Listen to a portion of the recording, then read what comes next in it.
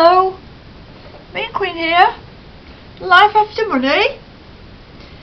You may hear a little bit of knocking noise. The people next door are having some work done, so just ignore it. I found a folder upstairs and it's got letters in there that I have written to magazines and newspapers.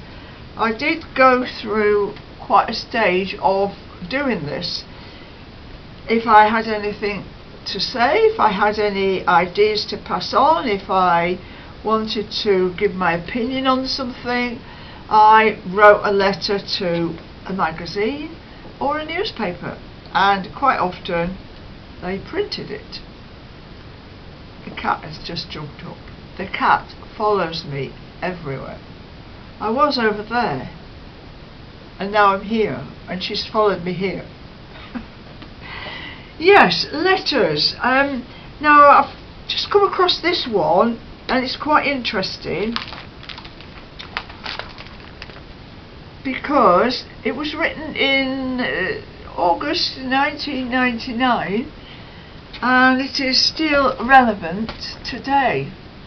So I thought I would just give you a little read of this and then you can see for yourself. Dear Sir, Madam, it was to a local newspaper. I was talking to a group of friends the other day and the subject of recycling came up.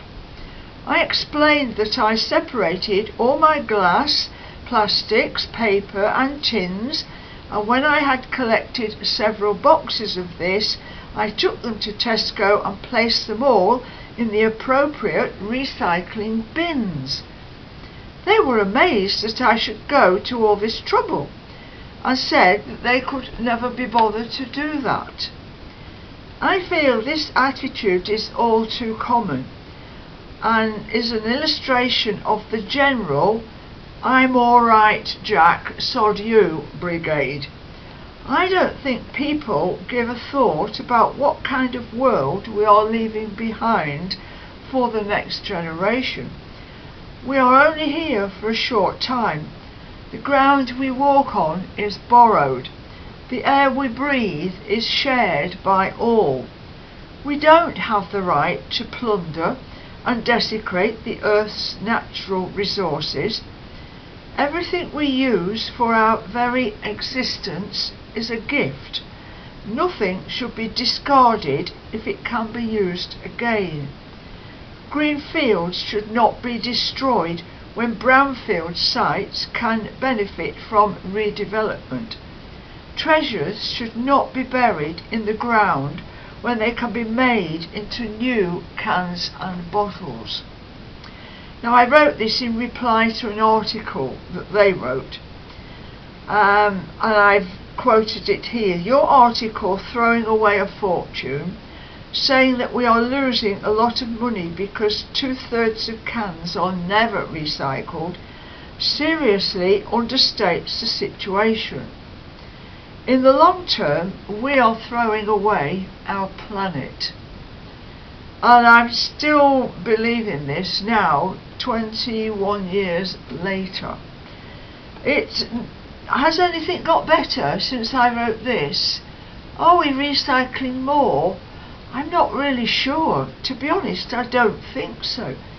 I mean, we're producing more rubbish because we have more people on the planet. But are the recycling endeavours keeping up with that? I don't think they are.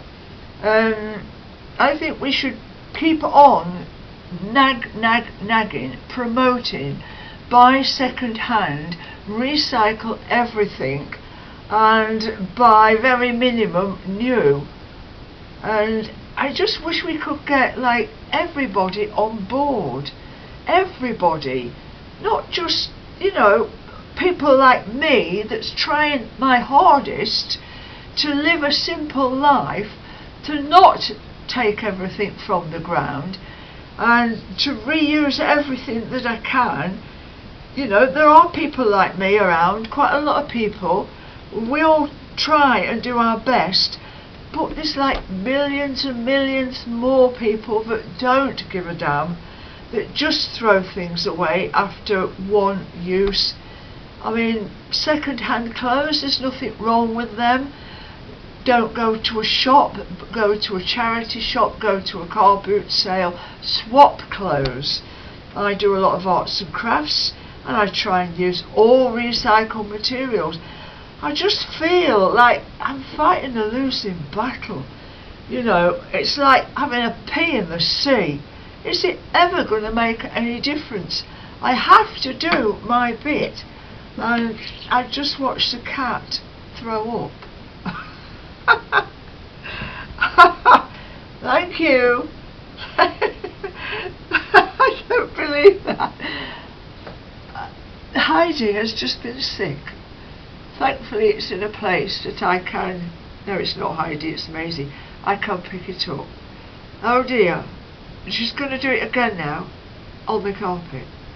I'm going to have to go and clean up this sick, which will have to be thrown away. Mean Queen here. Life after money. Bye.